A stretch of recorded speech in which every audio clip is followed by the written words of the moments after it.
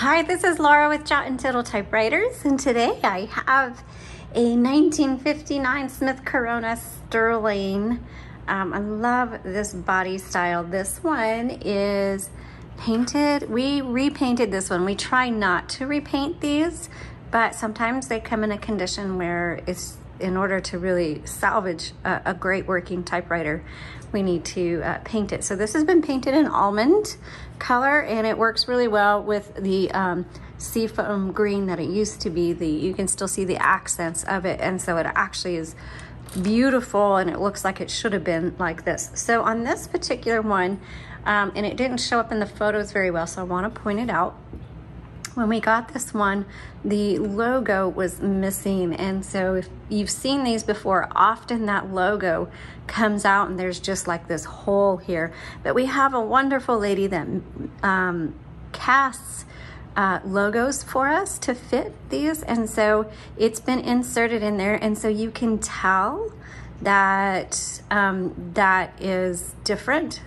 And so over time, I think, because it's bright white, and you can just tell it's not the original one, so just to give you a heads up.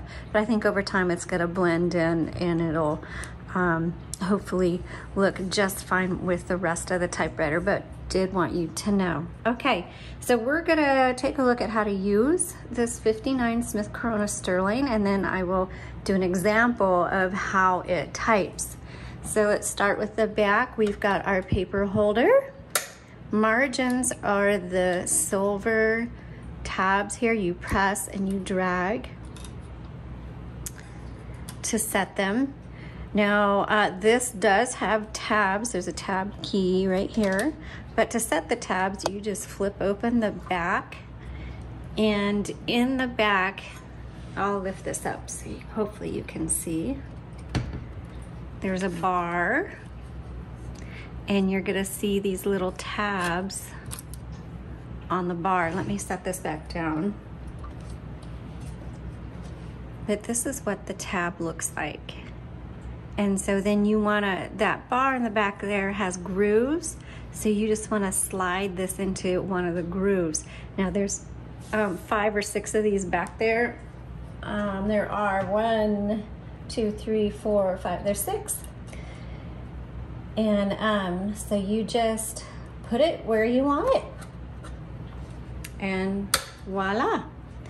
Okay, now on the right side, you have your paper release. It releases the tension on the paper, so it's easy to adjust or to pull out. Behind each roller handle is another metal tab, and that releases the carriage, and you'll hear the bell, a nice strong bell. I like that. And over here on the left side is your line selector. So every time you hit the return handle, it advances 1, 2, or 3 lines. Now I'm gonna move the carriage over to the left and then open up the top. Inside, you're gonna see our ribbon. We've installed a universal ribbon, and so it does work just fine on this typewriter, but it is not the original spools. Most typewriters do not come with their original spools. So this ribbon is, even though there's not a lot of ribbon on these spools, there's a lot of ink in that ribbon, so it's still gonna last you a pretty good amount of time. But what you need to do is when it gets to the end of the spool, you need to reverse the direction, and you do that right. Sorry, I had my eyes closed, right here. And it's just a little tap, and it reverses the direction there. Now, this does get moved around. Like, I don't even know if it's in the right setting right now. So in the demo videos and the packing and the shipping, this does get moved around. So if you get a typewriter, we always put new ribbon spools in our typewriters. But sometimes it starts at the end, if that makes sense, and you'll have to reverse the direction immediately. So how do you know when to reverse the direction? Well, your typewriter's either gonna start typing really funny, or it's gonna stop altogether, or your font, you're gonna notice a difference in your font right away. And whenever any of that happens, just stop and reverse the direction. Sometimes a typewriter will keep letting you type, but if you look, the ribbon's gonna be pulling and the font's not gonna look right, and if you keep going, you're gonna eventually punch a hole in that ribbon, and then you're gonna have to cut it and rethread it. So always pay attention to the ribbon, and you should be able to reverse the direction 30, 40, 50, 60 times before you need to replace that ribbon. Okay, right here is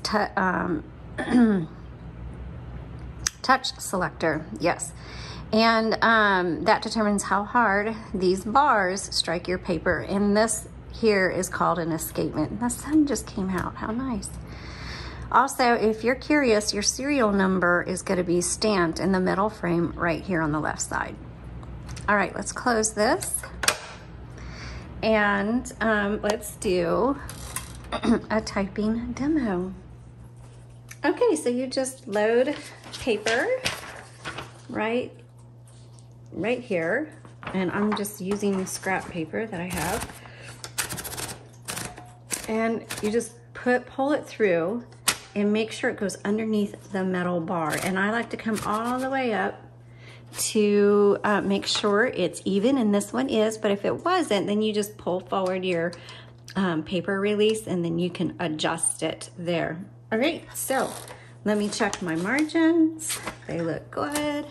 Let's do some typing. There's no number one, so you use the lowercase l. It's a 1959.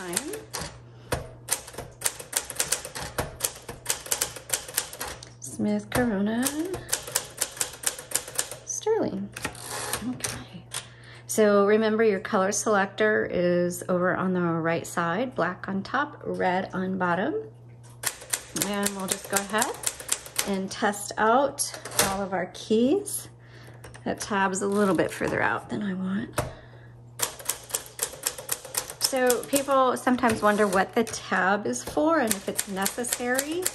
It's actually for those who want to create like columns, or you want to indent on a paragraph, but there's a lot of typewriters that don't even have the tab function because they're not considered necessary. They're just considered an extra feature. So I never use tabs when I'm typing, but if you're someone that's going to be making columns, then it's definitely a nice feature to have. Okay, let's do some sentences.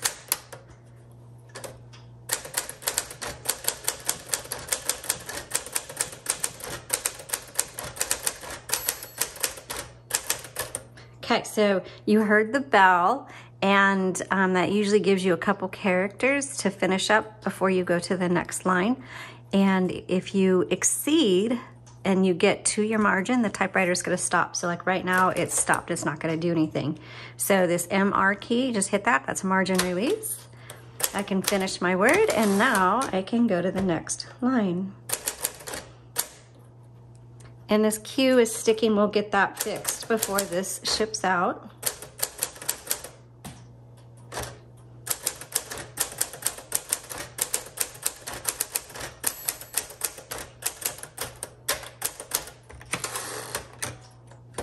Let's try the red ribbon.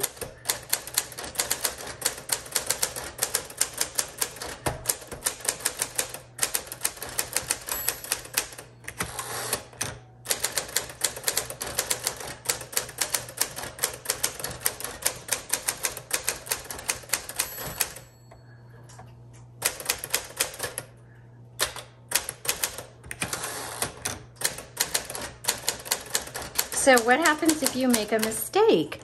So on typewriters, there's no delete button, but you do have a backspace button. And so if you were typing a word and you put in the wrong letter like I did there, then you just backspace and you can type over it. And if you don't, and then you can just keep going. It's really not that big of a deal. But let's say you just absolutely butcher a word and you're like, what? That's just awful. Then you just X through it, or you can line through it. But always remember, whoops, backspace does not erase. So we're used to the backspace being the same as the delete key, but not with typewriters. So you can, I'm gonna take a photo of this. You can take a look at this the link in the description below. Thanks so much for watching. Let me know if you have any questions or comments, and have a great day.